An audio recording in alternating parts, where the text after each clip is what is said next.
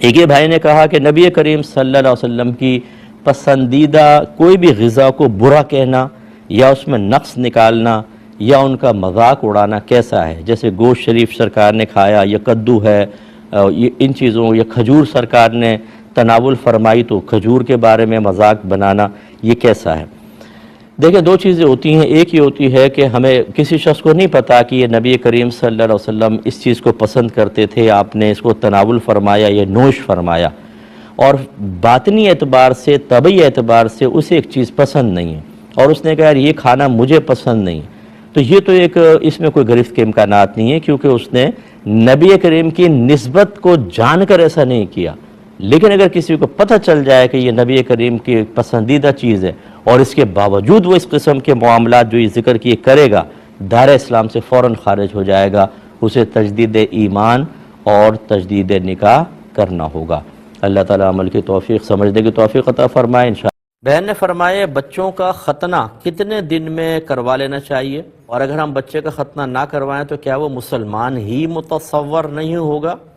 تو بہن، ختنہ جتنی جلدی ممکن ہو سکے کروا لیں، اچھا ہے۔ ویسے بال وغیرہ اتروانے کو تو 7 دن کا کہا ہے اور عقیقہ کرنے کا، ختنہ بھی جتنی جلدی پاسبل ہو۔ چھوٹا عمر ہوتی ہے بچوں کی، اس وقت پتہ بھی نہیں چلتا بچے کو اور آرام سے ہو جاتا ہے ختنہ۔ رنگ والا کروا لیں، زیادہ بیسٹ ہے، تھوڑی دیر میں ہی صحیح ہو جاتا ہے بچہ۔ لیٹ کریں گے اتنی ہی تکلیف ہوگی بچے کو۔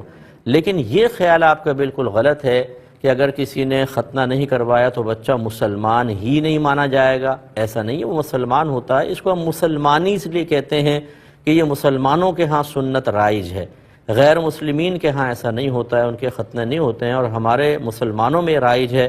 انبیاء علیہ السلام کی سنن پر عمل کرتے ہوئے، اور خاص طور پہ میرے آقا صلی اللہ علیہ وسلم نے اس کی تلقین اور ترغیب اور حکم ارشاد فرمایا، تو اس لیے اس کو مسلمانی کہتے ہیں کہ یہ ہم مسلمانوں کی ایک علامت بن گئی ہے۔ تو اس لیے مسلمانی کہتے ہیں، اس لیے نہیں کہتے کہ اگر ختنہ نہیں کروایا تو انسان دائرہ اسلام میں داخل ہی نہیں ہوگا، ایسا نہیں ہے۔ انہوں نے کہا تھا کہ والدین بعض اوقات بچوں کی بیمہ پالیسی لے لیتے ہیں ان کی شادی کو بنیاد بنا کر، یا آگے تعلیم کے لیے یا باہر تعلیم کے لیے بھیجیں گے تو ابھی سے بیمہ پالیسی لیتے ہیں، تو یہ لینا کیسا ہے؟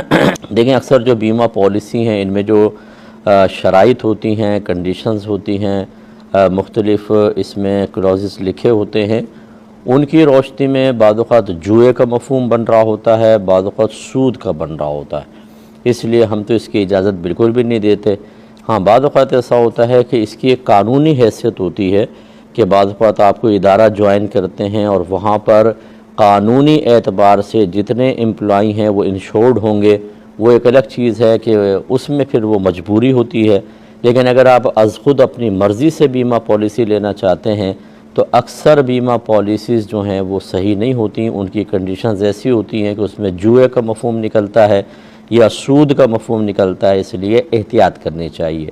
اس کے باوجود میں یہ گزارش کروں گا کہ ہو سکتا ہے کسی نے بہت اچھی کنڈیشن رکھی ہوں جو ہماری نگاہ سے نہیں گزری ہوں، تو آپ جب بھی کوئی پالیسی لینے لگیں، پہلے ان کی جتنے بھی وہ بروشر وغیرہ کوئی دیں گے تو وہ کسی اچھے مفتی صاحب کو چیک کروا دیں، وہ چیک کریں اور یس کہہ دیں، اس کے بعد آپ وہ پالیسی لیں، ورنہ نہ لیں۔ تھوڑے سے دنیاوی فائدے کے لیے خواہ اپنے آپ کو حرام چیز میں ملوث کرنا، اور اگر دنیا کا فائدہ حاصل ہو بھی گیا اور آخرت برباد ہو گئی تو پھر اس طرح کے فائدوں کو لینا سمجھدار آدمی کا کام نہیں ہوتا۔